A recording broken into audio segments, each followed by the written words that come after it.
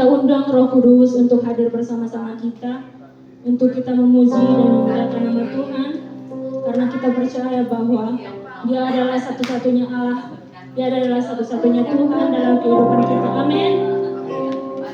Baik, sebelum kita memulai dengan ibadah kita, mari kita mengawalinya dengan pujian yang berkata, sekali Yesus, namanya Yesus.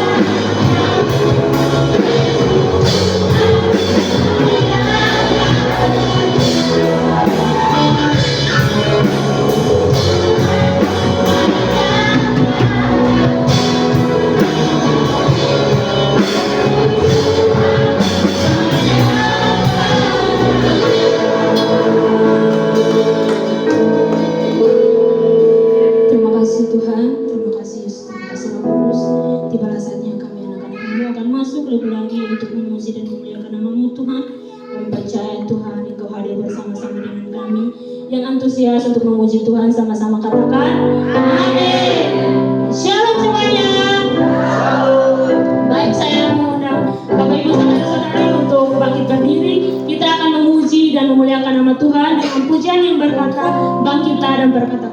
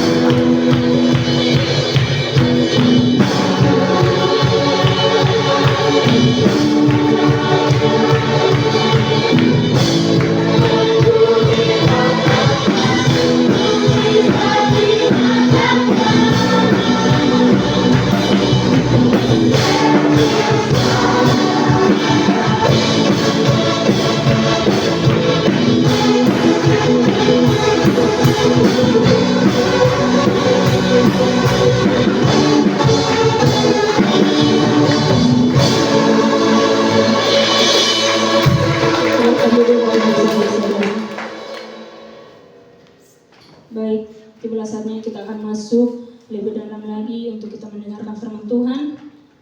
Namun sebelum itu saya berikan waktu dan kesempatan. Apakah ada yang mau menyaksikan cinta kasih Tuhan?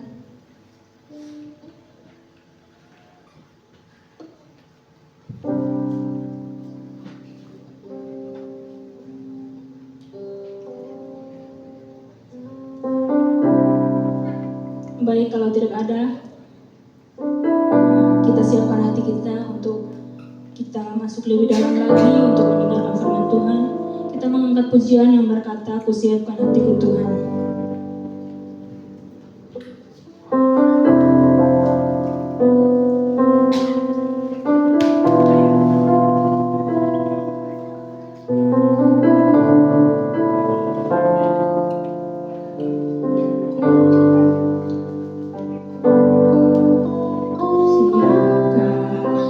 Firman-Mu,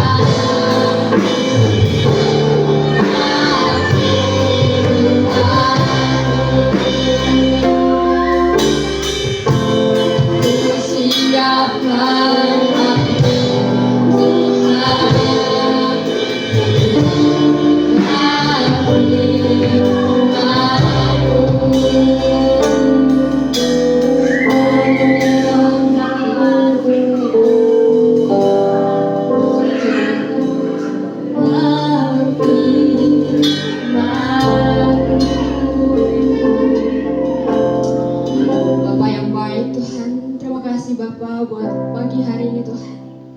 Kami datang pada pagi ini Tuhan untuk mau mendengarkan kebenaran firman-Mu Tuhan. Engkau berkati setiap hamba-Mu Tuhan yang menyampaikan kebenaran firman-Mu Tuhan. Berkati lidah hamba-Mu Tuhan untuk menyampaikan setiap kata-kata yang berasal dari Engkau Tuhan.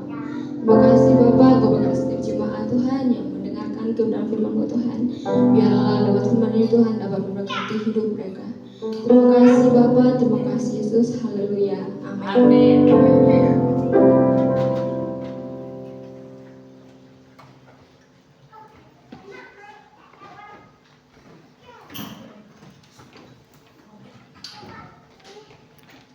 Oke, shalom Bapak Ibu Saudara yang dikasihi Tuhan kita Yesus Kristus.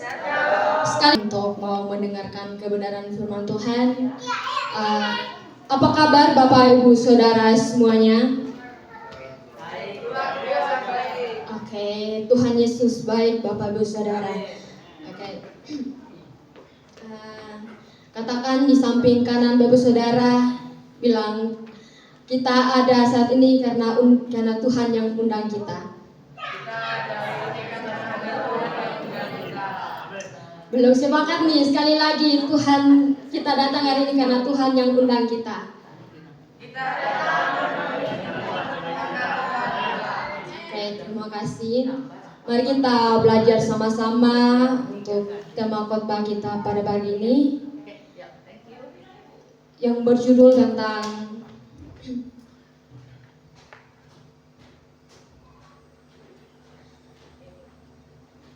yang LCD minta tolong untuk tampilkan slide-nya.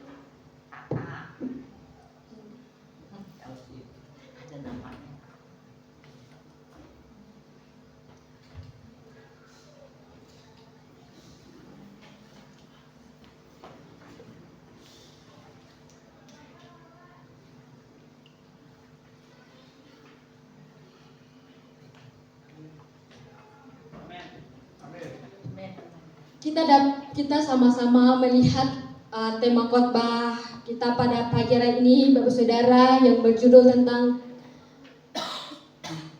slide yang pertama minta tolong ditampilkan karena ini slide kedua.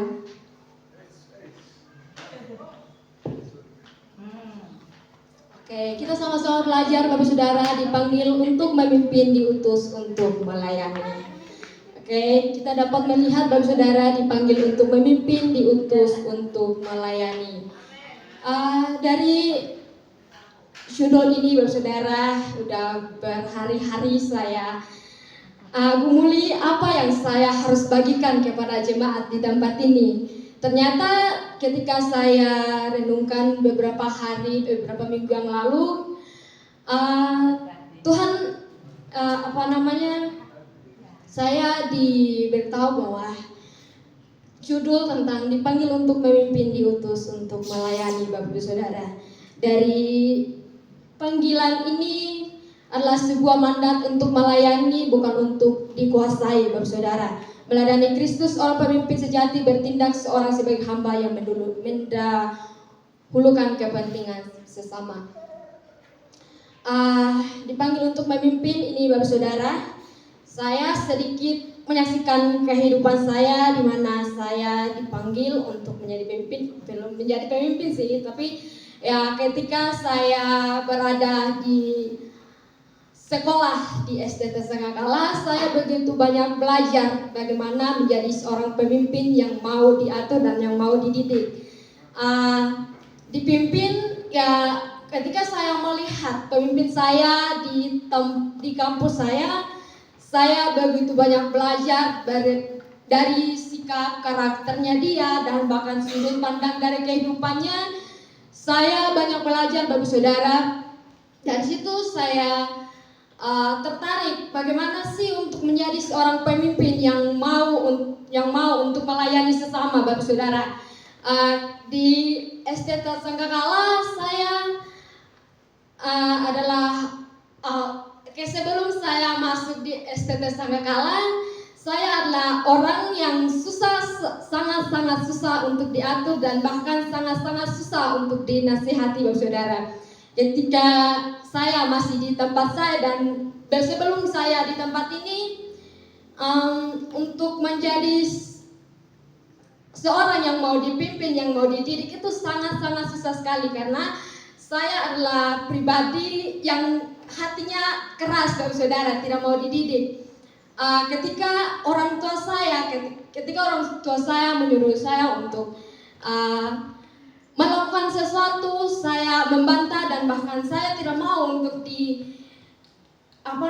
saya tidak mau untuk dikasih solusi yang terbaik buat diri saya kayak gitu.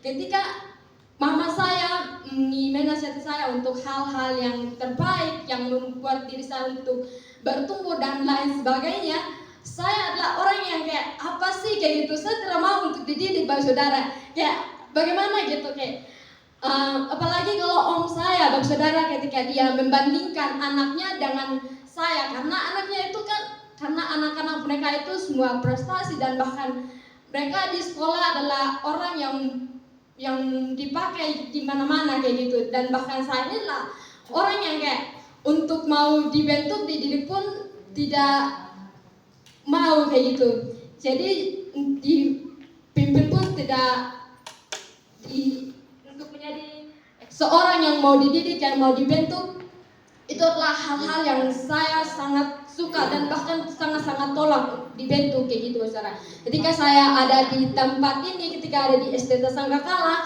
saya begitu banyak belajar dari pemimpin saya, saudara. Ada papi mami di asrama dan bahkan kakak-kakak mentor saya. Ada pokoknya banyak sekali, saudara, saya lihat dari sisi hidup mereka. Ketika mereka menjadi pemimpin saya banyak belajar hal-hal baru dari mereka, cara pandang mereka, dan bahkan cara mereka memimpin anak-anak asrama di tempat itu membuat saya terkagum, Bapak Saudara. Jadi dari poin ini saya sangat-sangat memberkati hidup saya sendiri. Ketika saya kemarin membaca ulang-ulang dari apa yang saya harus bagikan pada pagi ini, itu adalah diri saya kayak Bapak Saudara. Jadi dipimpin, diutus untuk melayani. Ketika saya dipercayakan untuk melayani adalah suatu hal yang sangat-sangat saya takutkan, Bapak Ibu Saudara, karena saya adalah orang yang takut, dan bahkan untuk khotbah atau untuk menyampaikan firman Tuhan itu adalah suatu hal yang buat saya takut, saudara, takut ngomong di depan, berlibat, apa segala macam kayak gitu, saudara. Jadi itu yang kayak untuk melayani, bagaimana caranya untuk melayani, saya berdoa kepada Tuhan, saya tanya Tuhan bagaimana untuk melayani, tetapi Tuhan membawa saya sejauh ini ya untuk melayani orang-orang kayak gitu. Di saat saya diutus untuk melayani dimanapun, ketika saya diutus melayani liburan, misalkan di SD Sangkakala, ketika ada liburan pelayanan, saya ya biasa aja kayak gitu, karena di suatu tempat yang Tuhan titipkan saya adalah tempat yang paling ternyaman. Dan benar, Ibu Saudara, ketika saya melayani di suatu tempat, ada Tuhan yang selalu membimbing saya dan menuntun saya, sehingga ketika saya melayani, orang-orang dapat diberkati, dan bahkan orang-orang juga dapat merasakan apa yang saya rasakan, yang dulunya saya adalah orang yang sangat-sangat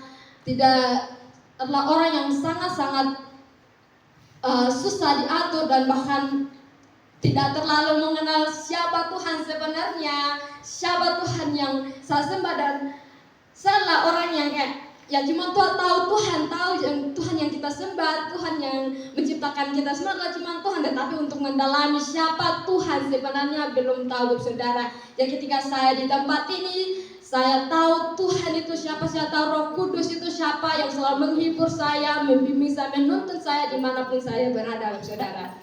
Oke, ayat ini adalah kesaksian saya. Jadi ayat yang dapat kita belajar sama-sama, Bapak Saudara. Next slide.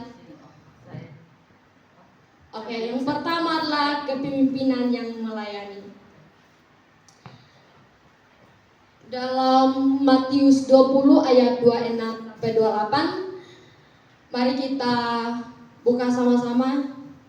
Matius 20 ayat 26 sampai dengan ayatnya yang ke-28.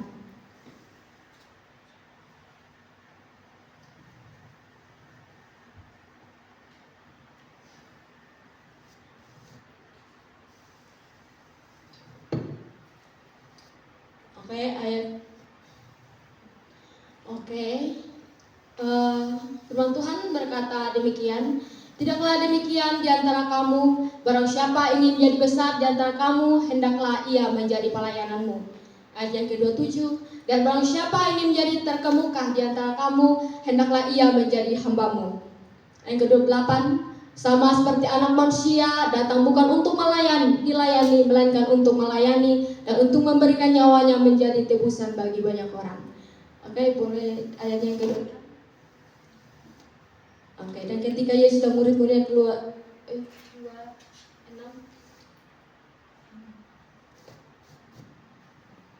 Tidaklah demikian di antara kamu, barang siapa ingin menjadi besar di antara kamu, hendaklah menjadi pelayananmu. Dari Bapak Saudara, biar bersama-sama bahwa ketika kita ingin menjadi besar,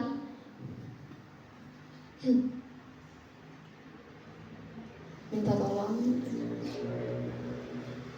Ayatnya yang ke-26, minta tolong.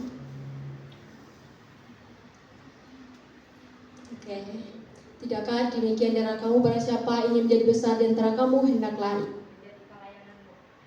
menjadi pelayanan adalah bukan hal yang sangat mudah Bapak Saudara, tetapi di sini ditegaskan bahwa barang siapa ingin menjadi besar di antara kamu, hendaklah ia menjadi pelayananmu.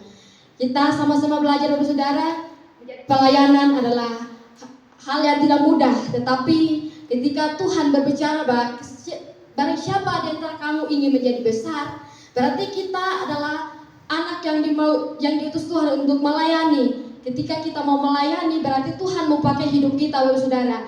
Tuhan mau pakai hidup kita untuk memberkati orang banyak yang di luar sana membutuhkan firman Tuhan, membutuhkan kasih Tuhan, membutuhkan hidupnya diubahkan, bahkan hidupnya yang hancur mau diubahkan, Bapak Saudara.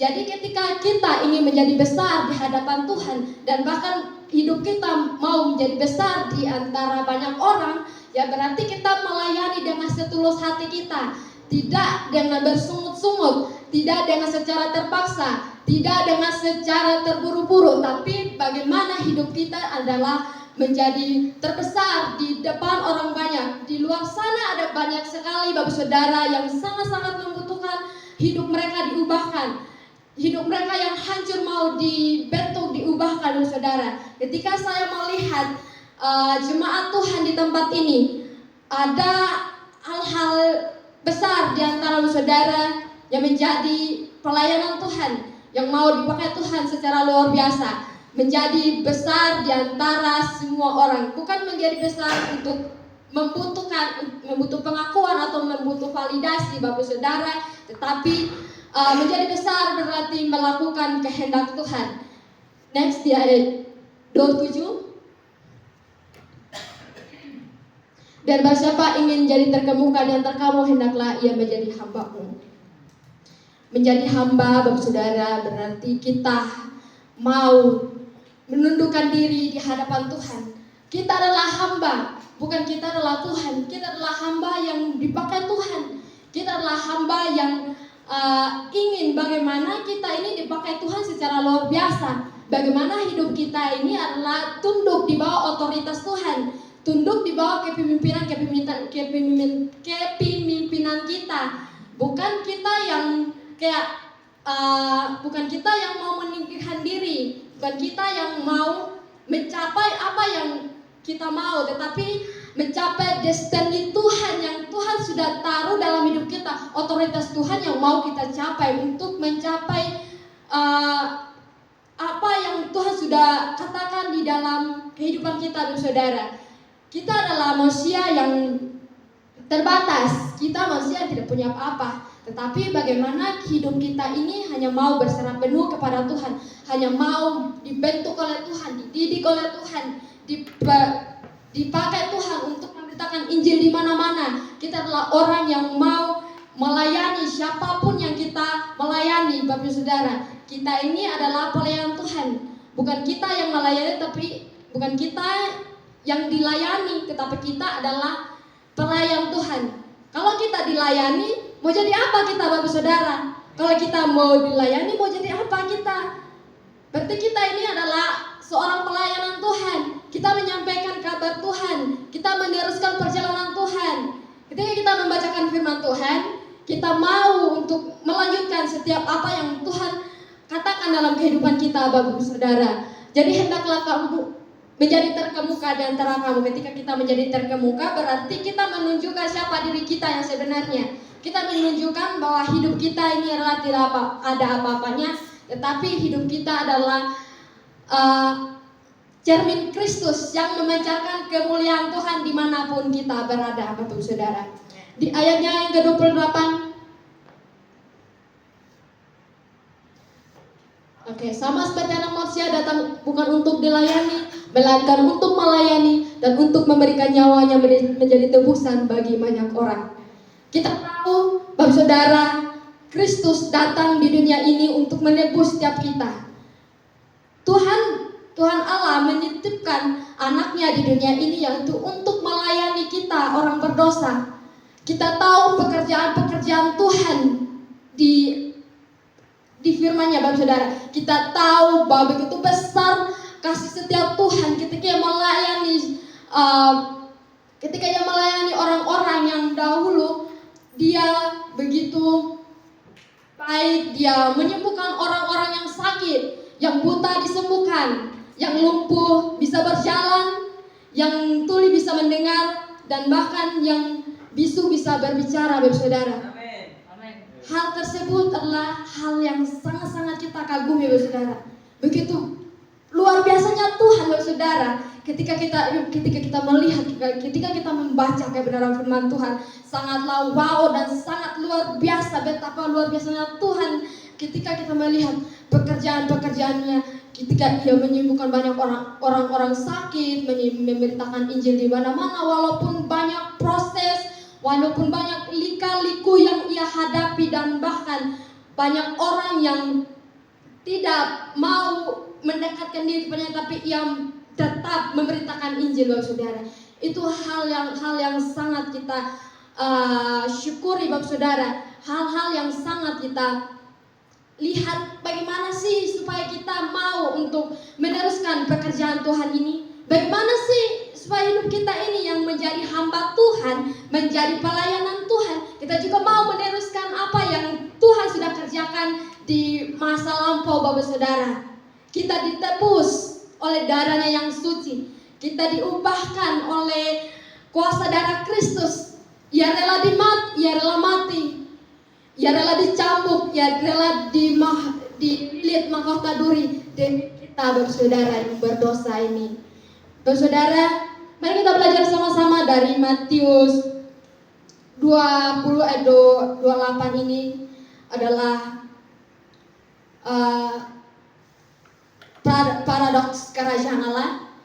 Berarti dunia mengukur kebesaran dari seberapa banyak orang yang melayani kita, Bapak Saudara.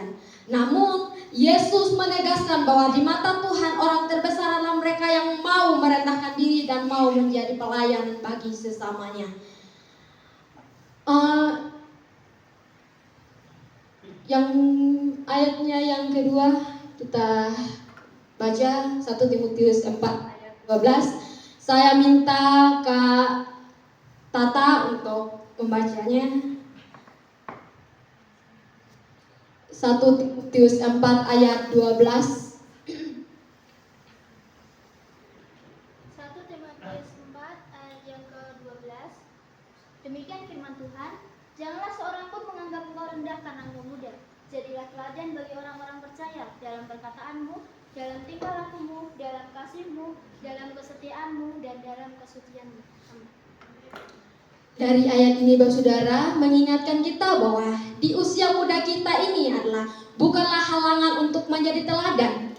Sebaliknya, karakter yang mau kokoh, integritas, dan perbuatan nyata adalah kunci agar kebenaran dan kita membawa dampak dan dihormati siapapun.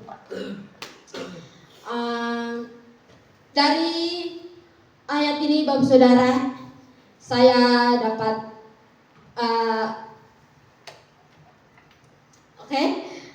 dari ayat ini kita dapat belajar bersama bahwa kita ini adalah anak-anak muda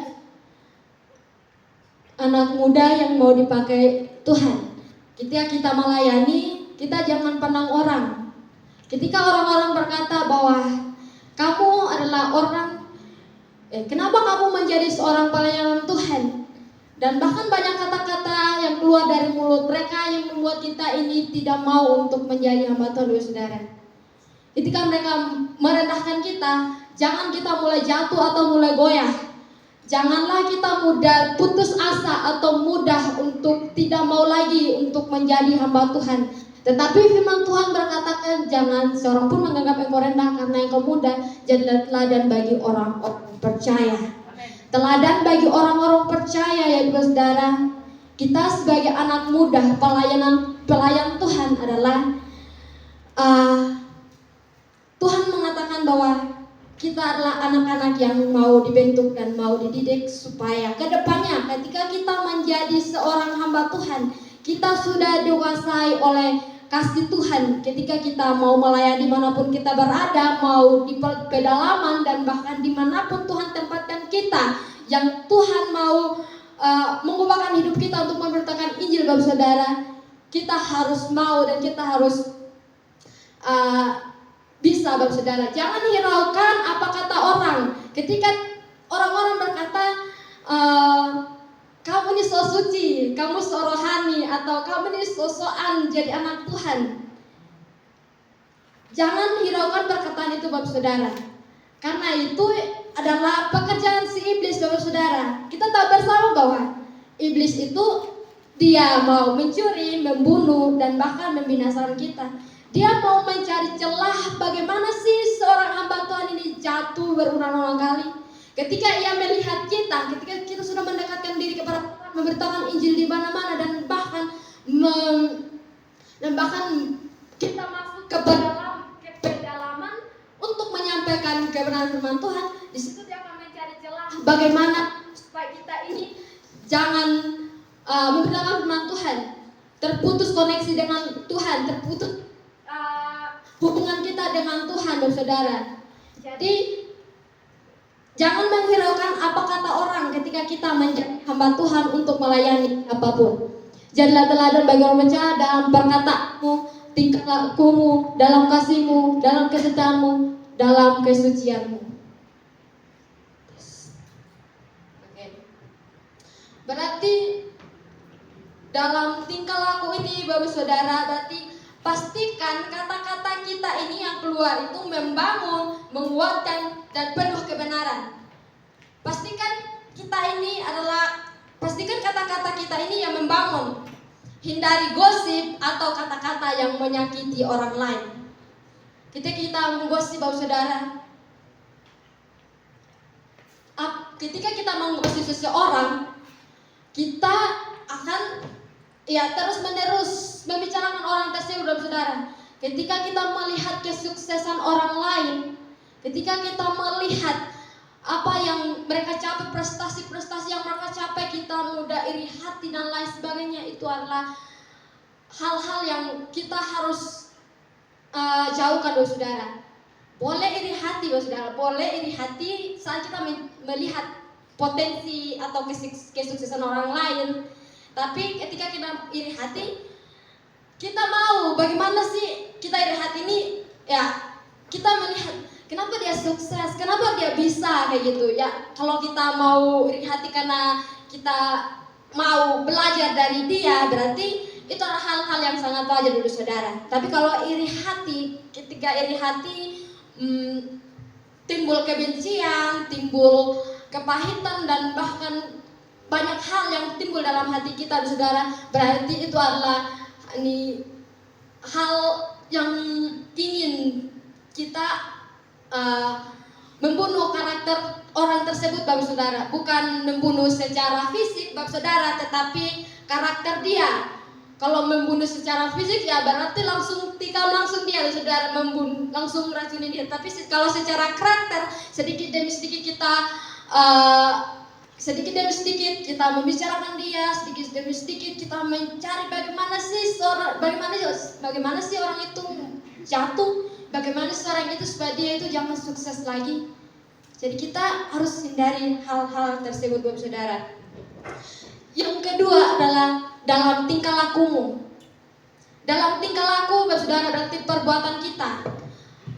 Berarti kita harus menunjukkan etika dan sikap yang baik dalam kehidupan sehari, baik di lingkungan keluarga, sekolah, kampus maupun tempat kerja kita. Tingkah laku kita yang menentukan bagaimana hidup kita ini tercermin bagi banyak orang Bapak Saudara. Ketika tingkah laku kita baik, berarti orang yang pandang kita juga mereka memberkati Bapak Saudara. Ketika tingkah laku kita di dalam kehidupan keluarga, di lingkungan sekitar, di kampus, di tempat kerja, ataupun di mana kita berada, adalah sikap yang mau kita contohkan supaya hidup kita bersaudara mencerminkan karakter Kristus.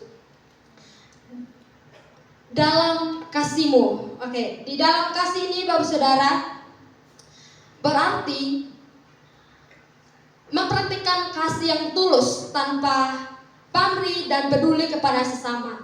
Jadi kesetiaan tetap teguh berpegang pada komitmen kita pribadi saudara, prinsip, kebenaran baik dalam keadaan mudah maupun sulit. Dalam keadaan mudah maupun sulit, dalam keadaan susah maupun senang, baik dalam berkekurangan maupun berkelimpahan Bapak Saudara. Kita harus menunjukkan kesetiaan Tuhan dalam hidup kita. Sucikan hidup kita ini dengan kebaikan-kebaikan yang kita harus mau bagikan kepada orang lain. Agar kenapa Bapak Saudara? Agar kita tetap teguh berpegang pada komitmen dan prinsip kebenaran dan jaga pikiran, hati, tubuh agar tetap murni serta berkenan kepada Tuhan di tengah dunia modern ini. Dunia saat ini Bapak Saudara kita tahu bersama bahwa sangat-sangatlah buruk. Dan bahkan ketika kita melihat berbagai cobaan situasi saat ini yang sangat-sangat membuat orang-orang di luar sana tidak mau dibentuk Bapak Saudara. Kita lihat anak muda zaman sekarang, mereka kecanduan merokok dan alkohol dan bahkan kecanduan berbagai macam hal saudara yang membuat pergaulan mereka rusak. Jadi dari kita belajar bersama-sama dari 1 Timotius 4 ayat 12 ini, kita sebagai pemimpin atau pelayanan Tuhan, kita harus menjangkau jiwa-jiwa yang belum mengenal Tuhan, yang mau dibentuk dan mau dididik untuk menjadi anak yang kedepannya adalah anak yang bisa dipakai Tuhan juga secara luar biasa seperti kita Bapak Ibu Saudara. Di ayatnya yang selanjutnya.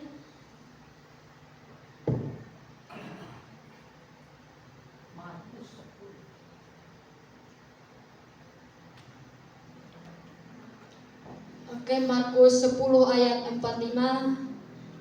Minta tolong Kak Aryan untuk menampilkan ayatnya. Markus 10 ayat 45.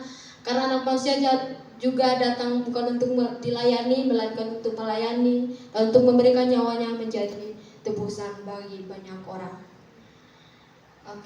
Ini menegaskan kita bahwa Yesus datang bukan untuk dilayani Bapak Saudara, melainkan untuk melayani dan memberikan nyawanya sebagai tebusan bagi banyak orang. Ayat ini adalah inti pelayanan Kristus Bapak Saudara yang mengajarkan keteladanan hati, pengorbanan dan panggilan bagi umatnya untuk hidup melayani sesama, bukan mencari hormat.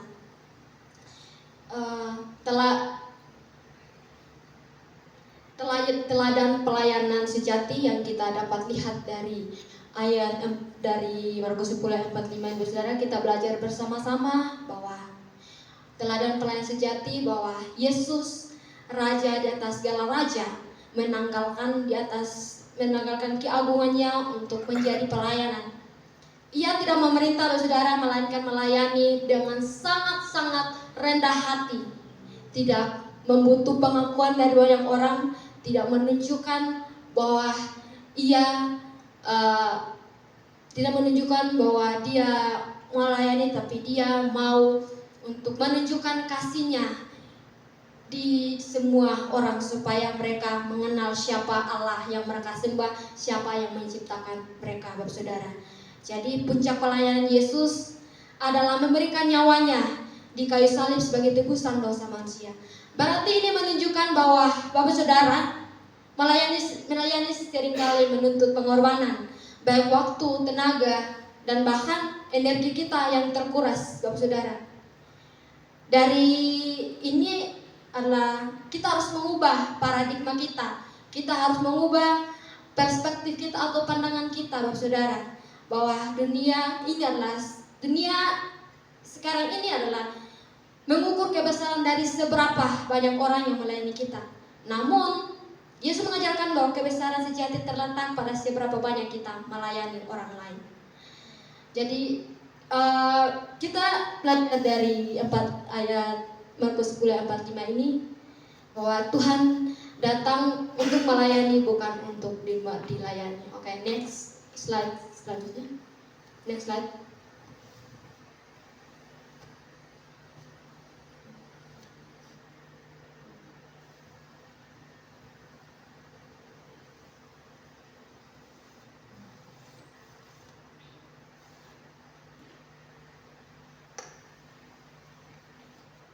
Kita dapat lihat bersama-sama, Bapak Saudara, ada ciri-ciri seorang pemimpin yang mau melayani. Yang pertama, tidak mudah iri hati dengan pencapaian orang lain.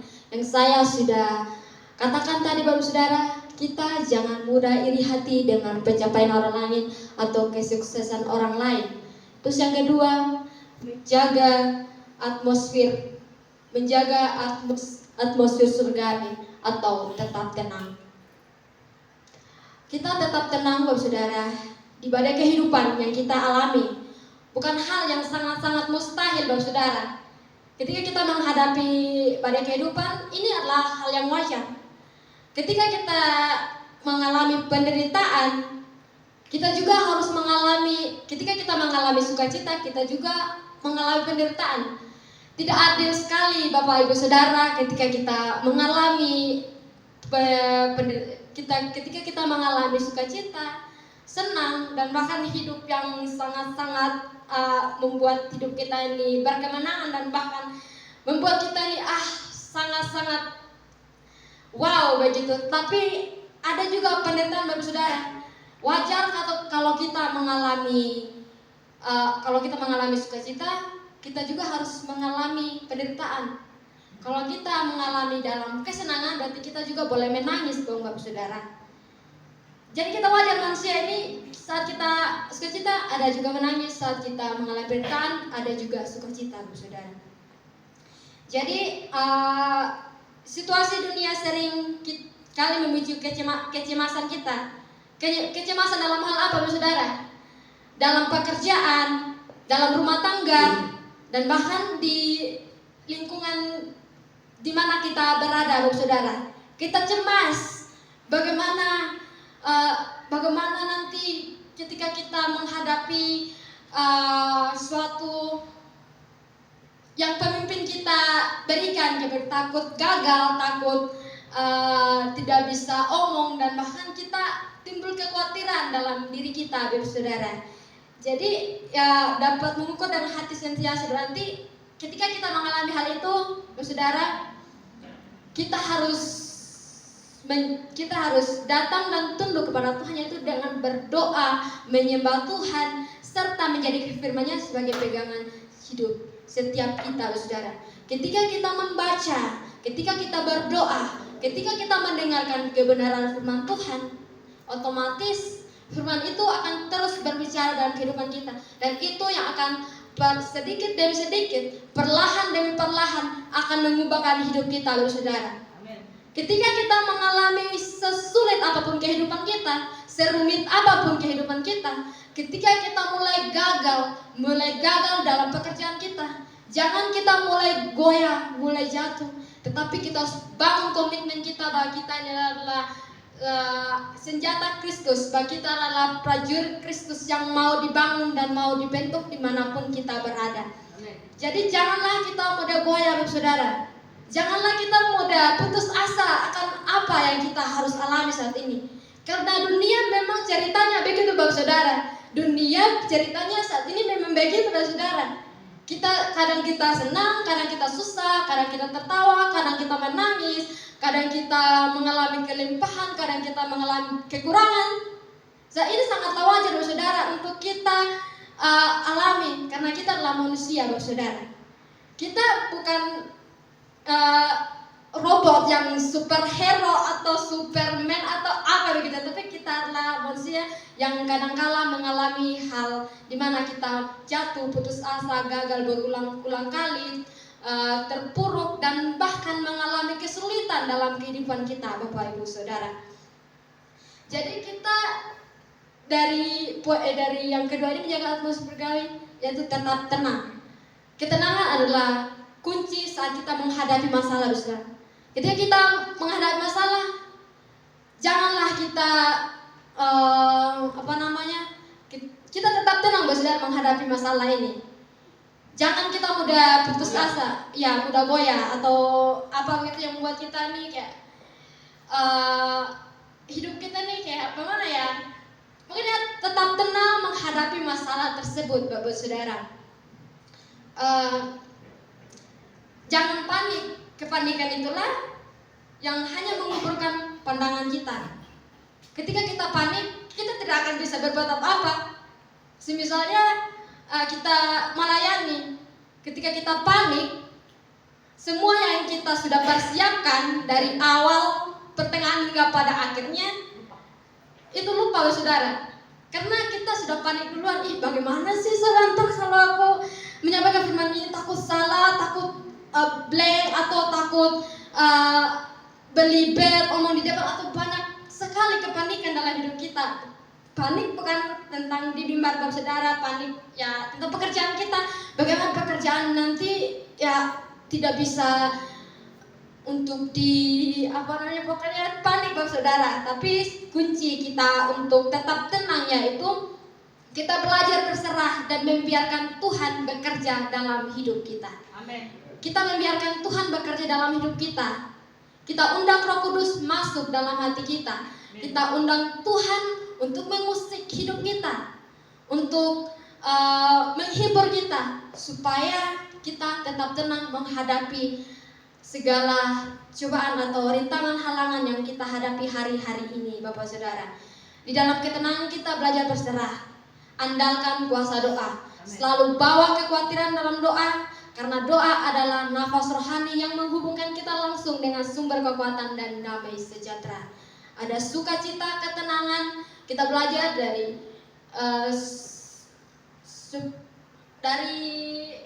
sukacita, damai sejahtera, kelemah lembutan, ya itu 10 apa ya. Kita belajar sama-sama, itu adalah kekuatan kita. Ketika kita belajar dari itu, kita akan hidup tenang. Yang ketiga adalah kerendahan hati yang radikal. Kerendahan hati yang radikal, Bapak Saudara, berarti kita belajar untuk meladani Kristus dalam kehidupan kita. Kerendahan hati yang ekstrem dicontohkan melalui ketaatan.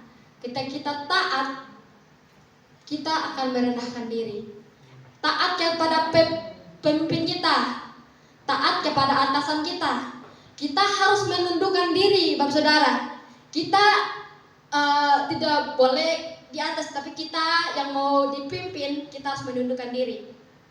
Ada firman yang mengatakan, Bapak Saudara, kita adalah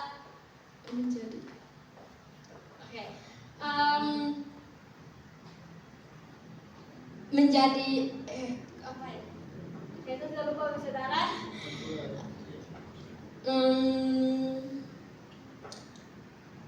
Oke, saya lanjut. Menjaga aku berkerendahan hati yang radikal. Hal ini tercermin ketika Yesus rela melepaskan kebolehnya dan melayani berkorban bagi manusia, mengutamakan orang lain. Kita lihat salah satu tokoh di Alkitab Saudara, yaitu Abraham. Ketika ia taat kepada Tuhan, ketika ia disuruh untuk anaknya mau dikorbankan untuk mempersembahkan anaknya sebagai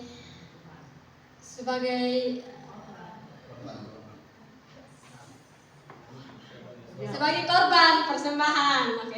Sebagai korban persembahan, ketika itu dia taat Bapak Saudara. Dia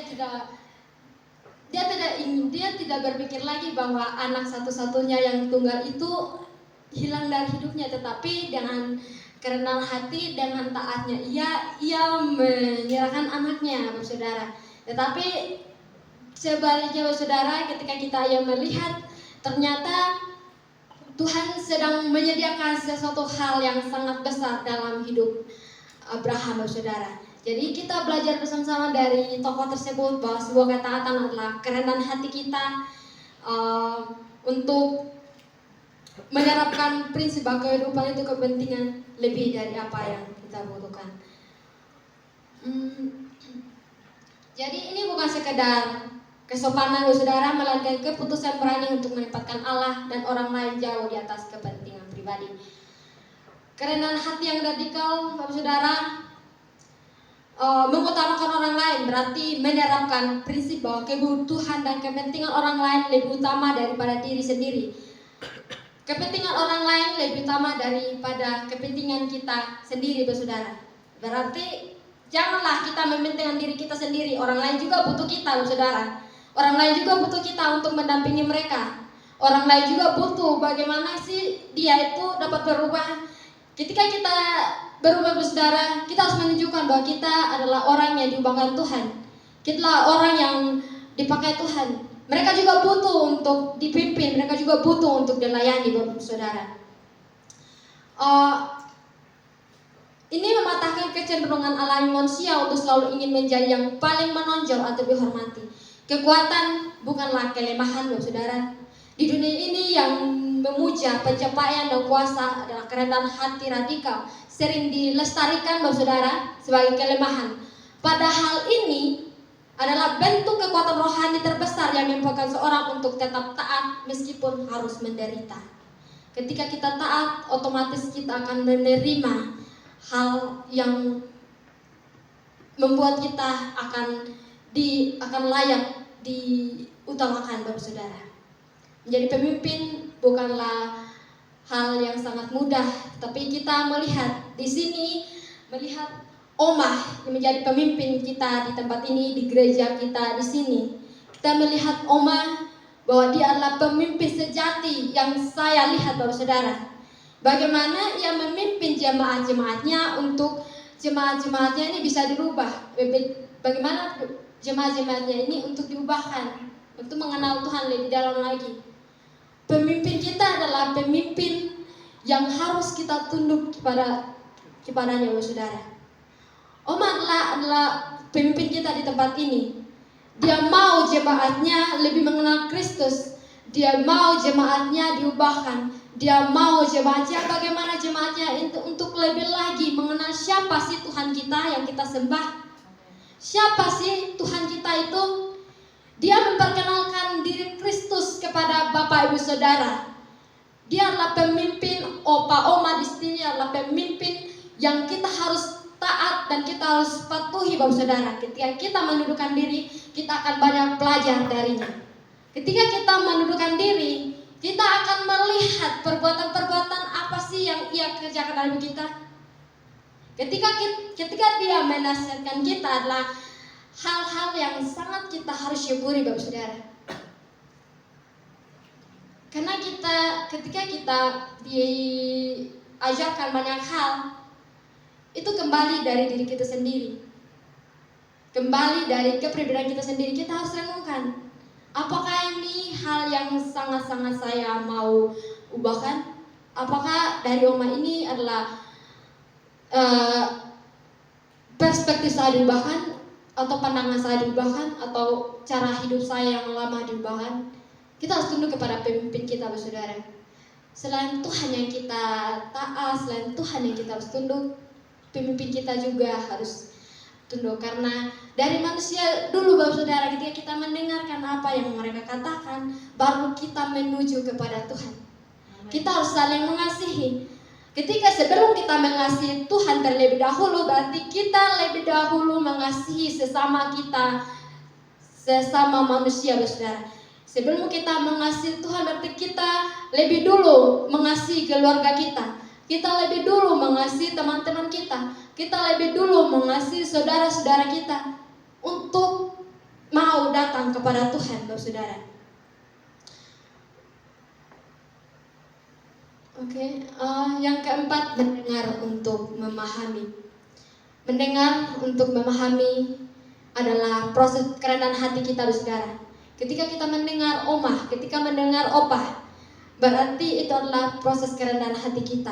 Tidak sekedar menangkap kata-kata yang mereka ucapkan, saudara. Tidak sekedar kita menangkap kata-kata yang mereka mau ajarkan kepada kita, tetapi menangkap makna dan kehendak di baliknya. Ini adalah seni mendengarkan Tuhan dan sesama dengan segenap hati untuk membangun ketaatan dan taat kita kepada sesama dan akan Tuhan. Proses ini, saudara, menuntut kerendahan hati dan fokus untuk mengenali suaranya melalui kitab suci dan mengenal suaranya melalui bisikan-bisikan Roh Kudus, saudara. Ketika kita melangkah atau menjalani sebuah pekerjaan kita, ada ketika Roh Kudus bisik di depan kita, kalau kita salah jalan atau salah melangkah, kita mencuri atau mengambil sesuatu yang bukan milik kita, saudara, kita pasti tahu bersama bahwa ada suara yang bergelora dalam hidup kita, ada suara yang sedikit berbisik dalam kehidupan. Itu adalah suara Roh Kudus yang melarang kita untuk mengambil hal tersebut, saudara. Jadi kita harus belajar taat kepada Roh Kudus dan belajar taat kepada firman Tuhan dan pemimpin kita, saudara. Berarti kita harus belajar cepat mendengar dan lambat merespon, membantu kita berempati, memahami penderitaan dan membangun hubungan yang bermakna. Mendengarkan dan melaksanakan berarti, saudara, makna sejati dan mendengarkan firman Tuhan adalah merenungkannya sehingga tertanam dalam hati kita dan membuahkan tindakan nyata di dalam hidup kita sehari-hari. Apa yang sudah Tuhan tanamkan, tanah yang ada dalam diri kita, kita harus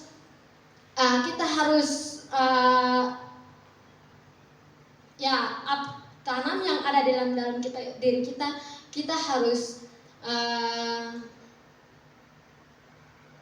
supaya bisa bertumbuh dengan baik dan membuahkan hasil yang sangat baik, saudara.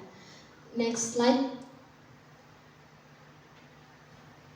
Oke, apa sih yang didapat seorang pemimpin yang dewasa dalam melayani? Yang pertama, kita dapat lihat bersama ibu saudara, seorang pemimpin yang dewasa secara rohani dan karakter tidak lagi mengejar popularitas, materi, atau validasi manusia. Yang kedua, mengejar popularitas, materi, atau validasi manusia. Kita tidak lagi membutuhkan pengakuan dari orang lain, saudara. Ketika kita sudah dewasa dalam rohani atau karakter kita sudah dibentuk, karakter kita sudah diubahkan, berarti kita tidak lagi mengejar popularitas. Kita tidak lagi mengejar materi atau validasi. Tetapi kita harus mencerminkan bahwa diri kita ini adalah untuk melayani orang, untuk melayani sesama kita, supaya yang kita layani ini dapat melihat karakter Kristus dalam kehidupan kita. Dan yang kedua, Bapak Saudara, melihat hidup orang lain diubah. Kepuasan tertinggi saat melihat karakter, iman, dan kehidupan anggotanya bertumbuh, Bapak Saudara. Seperti yang saya katakan tadi, Bapak Saudara, omah di tempat ini. Melihat orang lain berubah, berarti melihat jemaatnya berubah. ketika jemaatnya berubah berarti dia memiliki kepuasan tertinggi, karakter Bapak Saudara, iman Bapak Saudara, dan kehidupan Bapak Saudara bertumbuh di dalam Kristus. Yang ketiga, jarak antara pemimpin yang dipimpin tidak terlalu jauh. Kita melihat bersama-sama bahwa pemimpin kita di tempat ini dan yang dipimpin tidak terlalu jauh. Pemimpin berarti merangkul jemaat-jemaat kita. Pemimpin berarti menjaga kekudusan apa yang kita dilayani, Tuhan Saudara.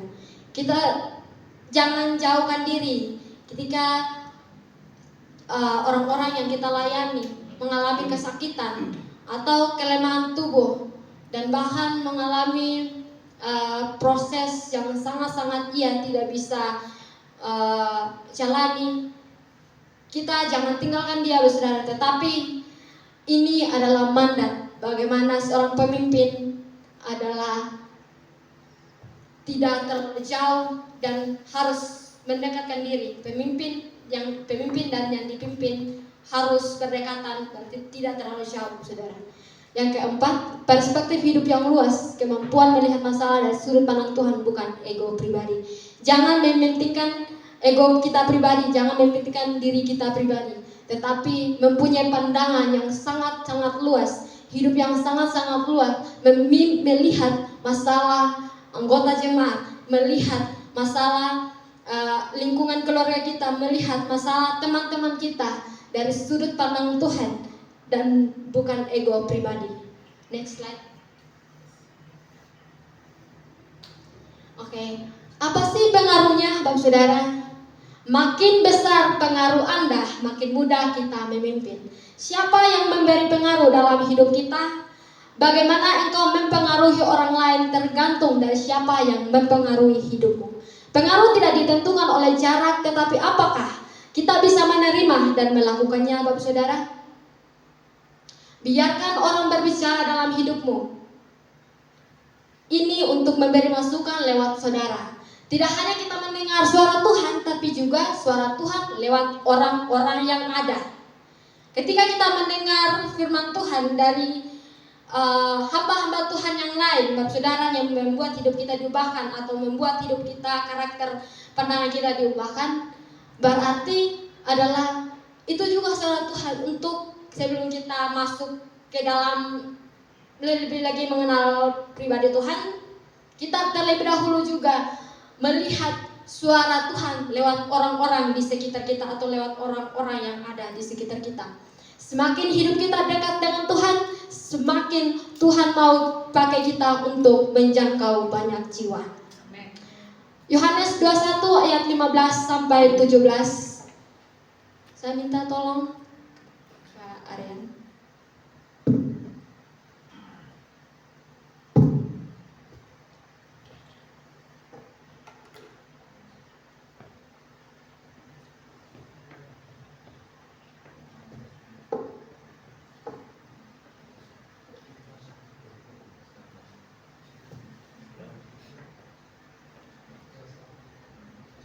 Oke.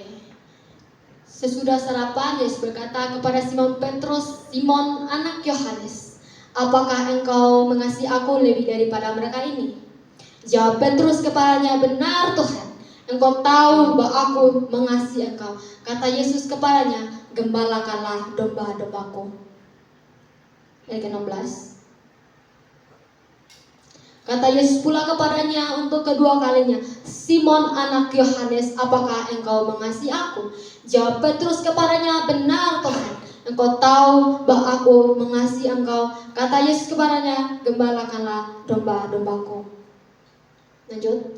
Kata Yesus kepadanya untuk ketiga kalinya, "Simon anak Yohanes, apakah engkau mengasihi aku?"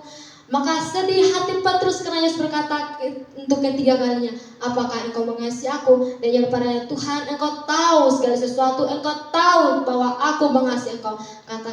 Kata Yesus kepadanya, "Gembalakanlah domba-dombaku." Ini saudara, kita sudah seringkali mendengar di mana-mana tempat atau bahkan di tempat lain kita sudah pernah mendengar dari ayat ini, saudara. Tetapi yang saya dapat bagikan kepada Bapak Ibu Saudara pada pagi hari ini adalah ketika Tuhan Yesus duduk bersama dengan ke-12 muridnya, ia memandang Petrus dan berkata, Bapak Saudara, Petrus, apakah engkau mengasihi aku? 3 kali ia bertanya Bapak Saudara kepada Petrus. Jawab Petrus kepadanya, benar Tuhan, aku mengasihi engkau. Berarti Bapak Saudara, kita belajar bersama-sama bahwa Tuhan adalah pemimpin mereka. Dari 12 murid itu, bahwa Tuhan adalah pemimpin mereka, menyerahkan tanggung kepemimpinannya kepada Petrus, menyerahkan semua kepemimpinannya kepada Petrus untuk mengembalakan domba-dombanya. Berarti mengembalakan orang-orang, memberitakan Injil, melanjutkan pekerjaan Tuhan. Bapak Saudara, dia menyerahkan tanggung kepemimpinannya kepada Petrus. Dengan berlinang air mata Petrus berkata, Bapak Saudara, engkau tahu Tuhan, aku sangat mengasihi engkau. Engkau tahu Tuhan, aku sangat mengasihi engkau. Dia berkata demikian Bapak Ibu Saudara. Jadi kita belajar bersama-sama bahwa Tuhan, pemimpin mereka pada waktu itu, dia menyerahkan kepemimpinannya kepada Petrus untuk melanjutkan pekerjaan Tuhan. Bapak Ibu Saudara, next slide. Oke, poin yang kedua Bapak Saudara, kesiapan selalu mendahului kepercayaan. Dalam Lukas 16 ayat 10,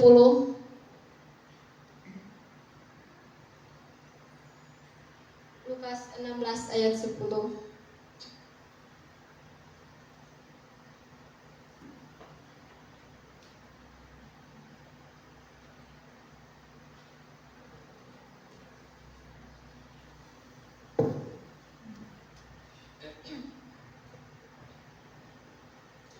Barang siapa setia dalam perkara-perkara kecil, ia setia juga dalam perkara-perkara besar. Dan barang siapa tidak benar dalam perkara-perkara kecil, ia tidak benar juga dalam perkara-perkara besar. Bapak Saudara, dari ayat ini kita belajar bersama-sama bahwa sebelum kita melakukan atau menuju ke pekerjaan-pekerjaan besar, kita terlebih dahulu setia dalam perkara-perkara kecil. Oke, next. Lanjut.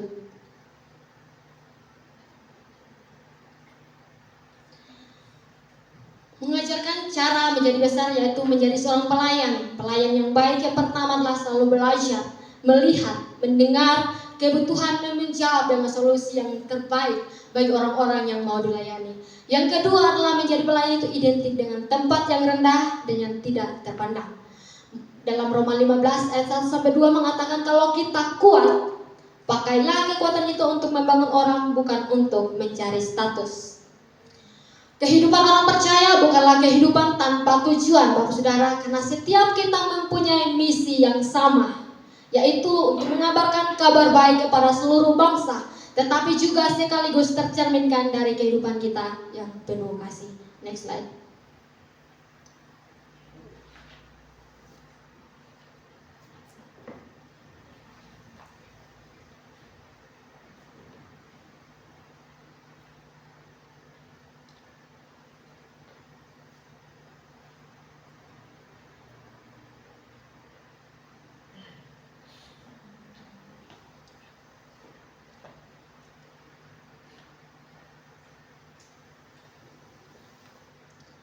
Setiap kita sesungguhnya diciptakan oleh Tuhan dengan tujuan khusus.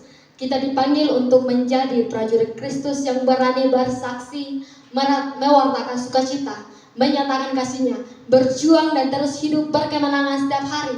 Kita adalah pejuang iman dan hidup kita adalah medan peperangan yang sesungguhnya. Hadapi segala sesuatu dengan keyakinan bahwa kekuatan Tuhan yang ada dalam diri Bapak Saudara akan memampukan kita mengalahkan segala tantangan kehidupan. Next slide. Oke, poin yang ketiga, pengutusan menjadi berkat bagi sesama. Dalam Filipi 2 ayat 4 berkata demikian, janganlah tiap-tiap orang hanya memperhatikan kepentingan sendiri, tapi kepentingan orang lain juga. Janganlah kita mementingkan kepentingan sendiri, tetapi kita juga harus mementingkan kepentingan orang lain. Dalam Kolose 3:23, apapun juga yang kamu perbuat, perbuatlah dengan segenap hatimu seperti untuk Tuhan dan bukan untuk manusia. Next slide. Oke, kita harus belajar bersama di keluarga, melayani pasangan dan anak-anak dengan kasih, Bapak Saudara. Di pekerjaan, bekerja dengan jujur dan integritas sebagai wujud melayani Tuhan. Di gereja, menggunakan karunia rohani untuk membangun jemaat. Kita harus perlu belajar, Bapak Saudara, dari ketiga poin ini untuk kita bisa menjadi pemimpin yang taat dan setia pada Tuhan. Next. Oke. Ini yang terakhir, Bapak Saudara, saya simpulkan dari judul atau tema yang dapat kita belajar sama-sama tadi, Bapak Saudara. Saya simpulkan adalah bahwa dalam iman Kristen, panggilan untuk memimpin dan pengutusan untuk melayani merupakan satu kesatuan utuh yang tidak dapat dipisahkan. Kepemimpinan yang sejati tidak diukur dari seberapa besar kekuasaan atau kehormatan yang dimiliki, melainkan dari seberapa besar dampak dan kesediaan untuk merendahkan diri dan menjadi berkat bagi sesama. Jadi melalui teladan Kristus, saudara yang datang bukan untuk dilayani, melainkan untuk dilayani yang kita dapat belajar sama-sama tadi. Jadi seorang pemimpin yang diutus wajib menjalankan otoritasnya dengan seorang hamba. Pada akhirnya, seluruh kepemimpinan dan pelayanan yang kita lakukan di dunia ini adalah wujud nyata dari ketaatan serta tanggung jawab iman untuk memuliakan nama Tuhan dan memancarkan kasih-Nya kepada dunia. Next.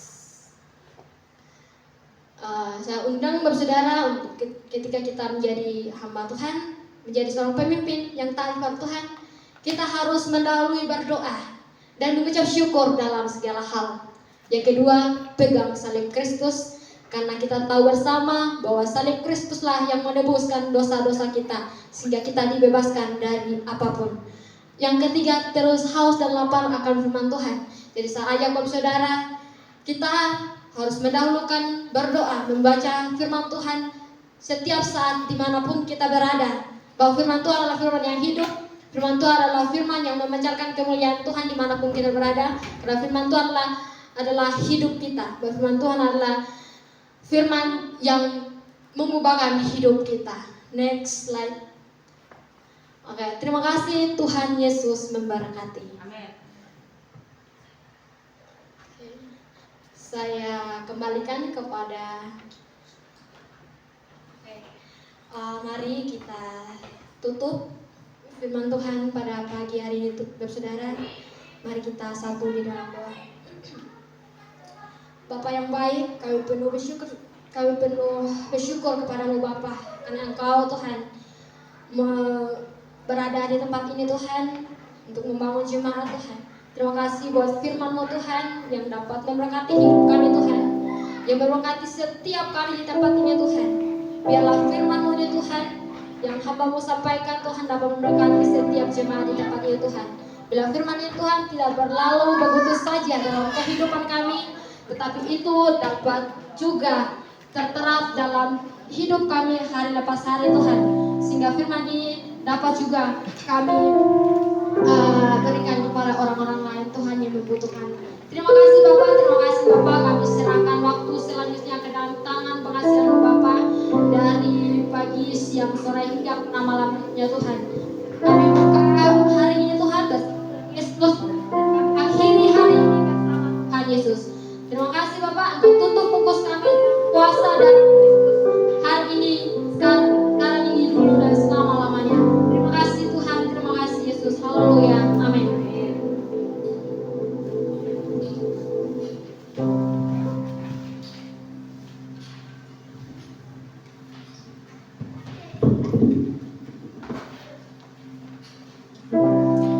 Terima kasih kepada hambanya yang sudah memberkati kita dengan firman Tuhan.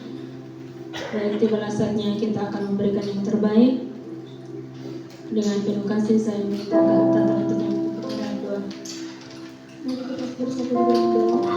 Tuhan yang baik, kembali kami ucap syukur atas setiap kasih setiamu yang selalu diberikan kami. Kami sudah menerima sebagai penolong yang menghadiri Tuhan. Tidak selalu juga kami akan memberikan yang terbaik Tuhan dan akan memberikan persembahan. Tetapi setiap kami dalam memberi Tuhan, bahkan setiap kami dalam memberi Tuhan yang dikasihi Tuhan. Yang berkati Tuhan, persembahan kami, tuliskan persembahan kami Tuhan. Dalam kesempatan ini Tuhan bisa merebut wajahnya dan berkati Tuhan ke setiap pengalaman ya Tuhan yang berkati. Hanya ini doa anakmu di dalam nama Yesus Haleluya. Amin. Baik, kita mengangkat pujian yang berkata, bangkitlah dan berkatakan berkat.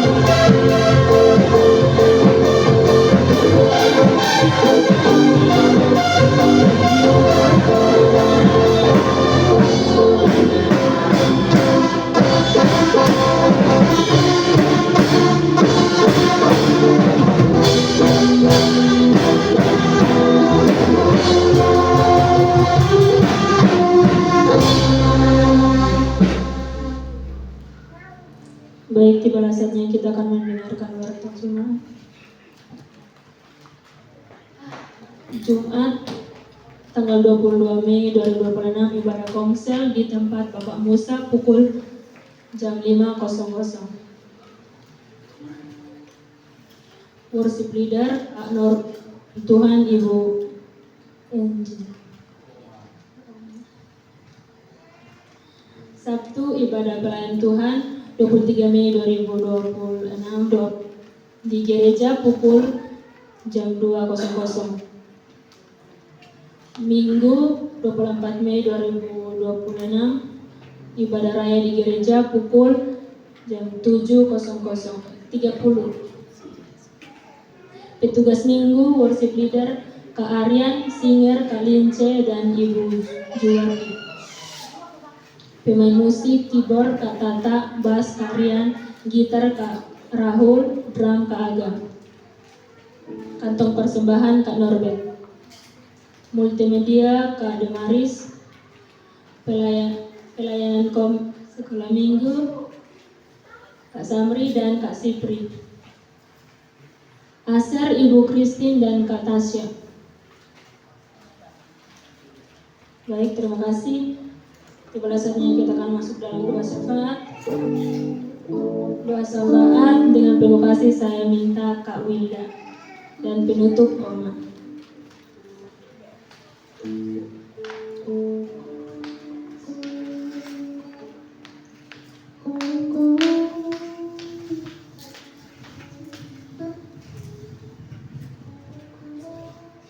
Mari kita bersatu dalam doa. Segala puji syukur Tuhan kami naikkan kepadamu Tuhan. Buat hari ini Tuhan kami boleh berkumpul memuji memuliakan nama-Mu Tuhan. Bahkan kami sudah mendengarkan sebagian dari kebenaran firman-Mu Tuhan. Nah, apa yang kami dengar Tuhan tidak lalu begitu saja Tuhan, tapi dapat kami meteraikan dalam kehidupan kami hari lepas hari. Berkati hamba-Nya Tuhan yang Kau percayakan Tuhan untuk menyampaikan kebenaran firman-Mu Tuhan. Kau berkati Tuhan pendidikannya Tuhan, kesehatannya Tuhan. Kau berkati keluarga besarnya di mana saja berada Tuhan Yesus. Kami juga berdoa Tuhan untuk gereja kami di tempat ini Tuhan, gereja GSCPDL Sadai Home Tuhan Yesus. Kau berkati setiap visi misi gerejamu di tempat ini Tuhan. Kami rindu Tuhan 75 jiwa Tuhan Kau berikan untuk jemaat di tempat ini, untuk gereja kami di tempat ini Tuhan Yesus. Dan juga Tuhan kami serahkan juga Tuhan anak-anak-Mu Tuhan yang Kau percayakan untuk melayani-Mu Tuhan di tempat ini Tuhan Yesus. Kau tambah-tambahkan hikmat Tuhan, Kau tambah-tambahkan talentanya Tuhan. Kau berkati mereka Tuhan Yesus. Dan juga Tuhan kami serahkan juga hamba-Mu Tuhan yang Kau percayakan untuk jadi kepala sidang di gereja ini Tuhan. Mama Angel dan Papa Reni Tuhan Yesus. Dalam masa tuanya Tuhan, Kau berkati Tuhan.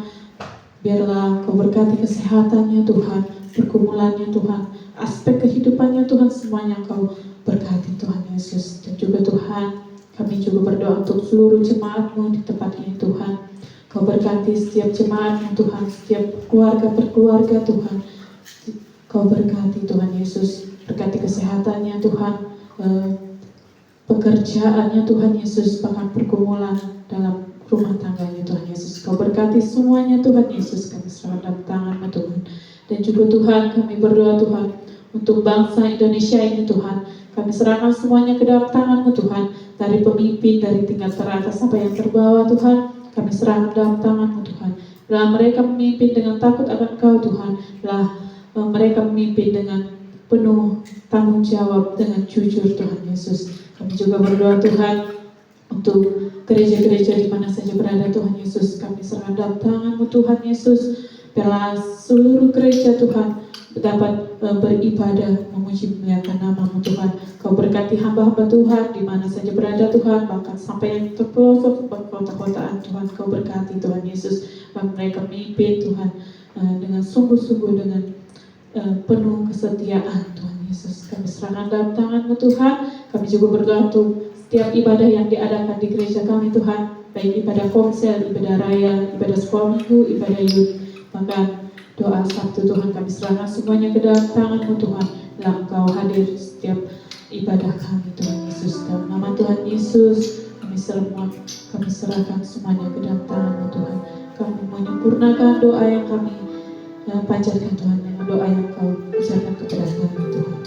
Bapa kami ada di surga, dikuduskanlah nama-Mu, datanglah kerajaan-Mu, jadilah kehendak-Mu di bumi seperti di surga. Berikanlah kami pada hari ini makanan kami yang secukupnya, dan ampunilah kami akan kesalahan kami, seperti kami juga mengampuni orang yang bersalah kepada kami. Dan janganlah bawa kami ke dalam percobaan, tapi lepaskan kami daripada yang jahat. Karena Engkau yang punya kerajaan, kuasa, kemuliaan sampai selama-lamanya. Amin. Dalam hadirat Tuhan.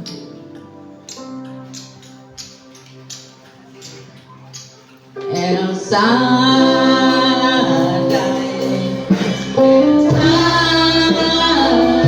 mari kita kemari, bukan kita bangkit dulu.